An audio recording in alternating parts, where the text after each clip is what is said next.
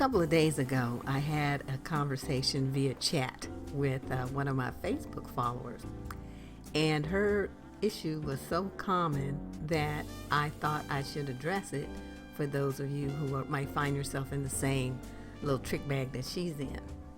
So she writes, good morning, can you do a video or tell me what do you do when you feel like you've met a great guy but the sex is horrible? You're trying to help him dress sexier, be more physically attractive. Should you stay and continue working with him if he's great to you, makes you laugh, etc., but the physical and sexual attraction is lacking? So, thinking about that, I said, okay, what she has is what I call a 70% man. And even though I am an advocate of compromising on some of the things that a woman has on her list, there are certain things that absolutely cannot be compromised on, and attraction is one of them. If you're in a situation where you with a dude and you kind of like you're choosing him with your mind, you're choosing him strictly in a logical sense, and if you should stay with that guy and ultimately marry him or something like that, the relationship is never going to have that heat. It's never going to have that desire that you want to have for your man, where you think about him and smile, where you look forward to him coming home, and your heart starts racing because he's nearby or you hear his voice.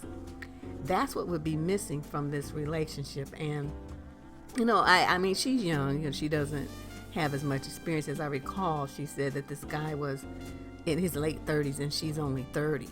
And I thought, that might be a bit much of a gap, especially since she said that he doesn't have much experience with women. And I'm thinking, well, why is that your problem? You know what I mean? I'd be taking on these build-a-man kit kind of propositions. I mean, I just like, dude's almost 40 years old. You need to get your shit together.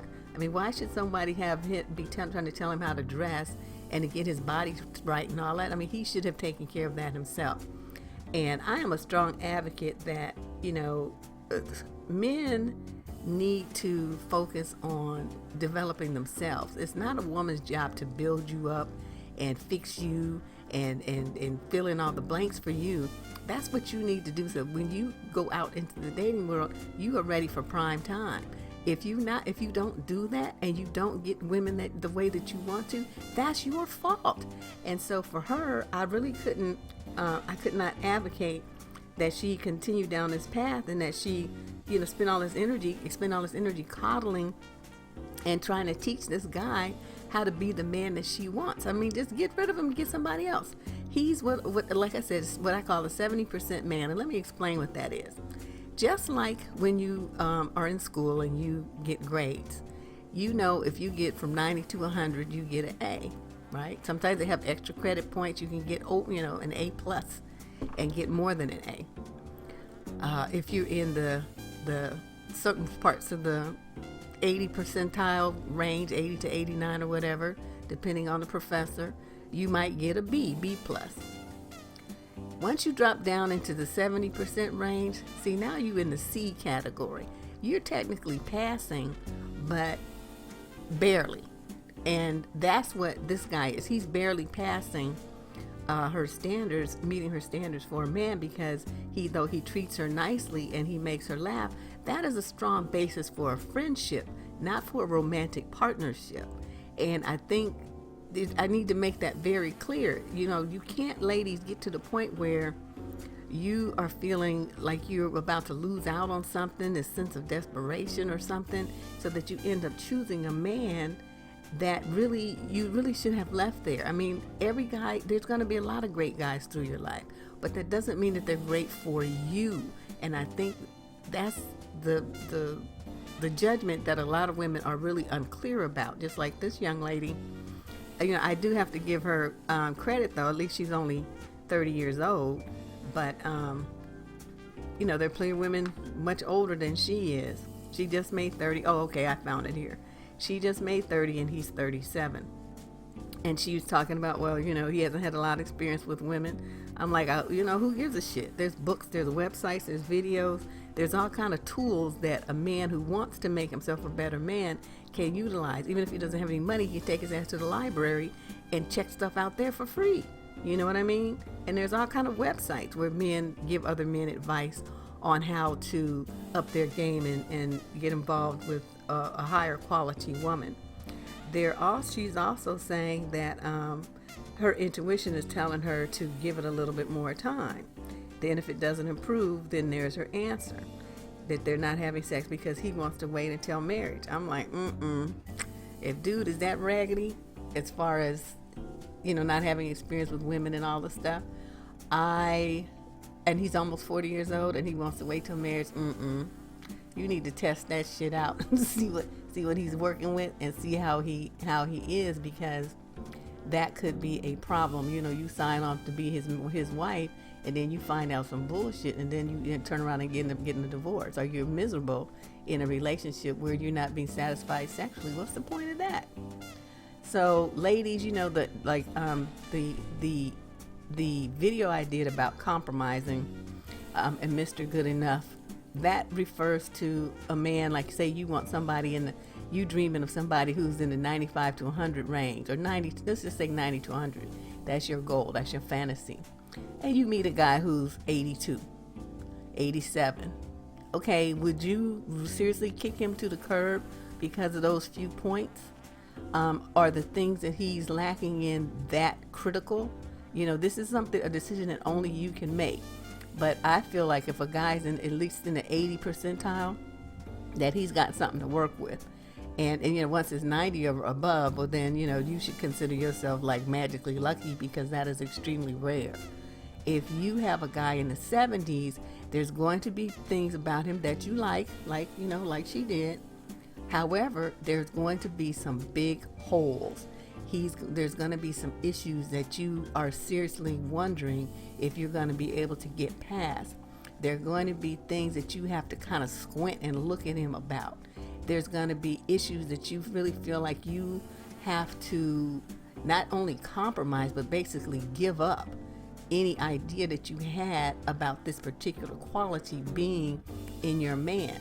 And like I said, sometimes the qualities should be given up, because sometimes y'all be just like, I don't know, thinking of some crazy shit that's just totally illogical and it makes absolutely no sense. But in a situation like this, where she's looking at the basics of a physical and sexual attraction, and he just doesn't have it. She's not really that attracted to him. And it's not like he's this major baller or nothing, you know what I mean? I could see if he was a millionaire and she was trading some of that for some loot. But in this particular instance, that's not the case. She did not mention anything about dude being a baller. So I'm really kind of at a loss why so many women do that. And then, you turn around and then later, the statistics bear this out, you are filing for divorce because you realize that you over-compromised. You gave up too much. You overlooked too much, and you put yourself in a situation where you're miserable just because you were focused on having this man or being married or getting a father. You didn't want to have kids out of wedlock, and your biological clock is ticking, so you were just scrambling around looking for anybody that was halfway decent to marry so you could have a kid. I mean, there's a lot of reasons why women get involved in these 70% relationships, but I'm telling you, that is a mistake. You have to look at a guy, he's got to at least get up there in the 82 and higher range for the relationship to be satisfactory, for you to be able to want to work out problems, to want to work together, to want to stay, to want to go to counseling if you need to talk the problems through, these kind of things. If you have a situation where you're not really that invested in him emotionally or sexually or mentally, because he just doesn't really do it for you, you have to kind of force yourself. That is a huge mistake. You'll be sorry in the end. And my role here is to get you to think about what you do and to make changes in it before you make a mistake. And in this situation, I cannot with good conscience recommend that a woman involve herself with a 70% man, because I know for a fact she's going to be miserable in the end. And sometimes, you guys don't figure this out until way later. You got kids involved, there's property involved. It's just a bunch of drama. So please think about this. Look at your list of what you are looking for in a man. Modify it as necessary and put things in the must-have list and then in the would like to have list. And the would like to have should be much longer than the must-have list. And the must-have should include attraction. It should include romanticness. It should include affection. It should include a man who is interested and willing to commit to you, whatever values you have. I mean, those kind of things. Those things are important. And the would like to have might be certain height, or he looks a certain way, or he, has a certain kind of educational background or whatever. But those kind of things you can negotiate on as long as the guy makes you happy.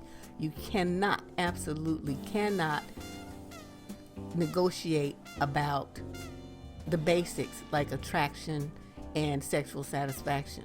Otherwise, there's really no point in being in a relationship. I can't, recommend that at all. So watch out for those guys you get with where you're saying, well, he's a good guy, but once you say but, everything that follows after that, you need to pay strict attention to and look at how much it weighs on the relationship over long term, because it could be something that will sink the relationship once you, come to your right mind and stop tripping about just having a man. That's very, very important. You got any questions? Put them down in the comment section. This is Deb Cooper, advice columnist on survivingdating.com, signing out. Thanks for listening.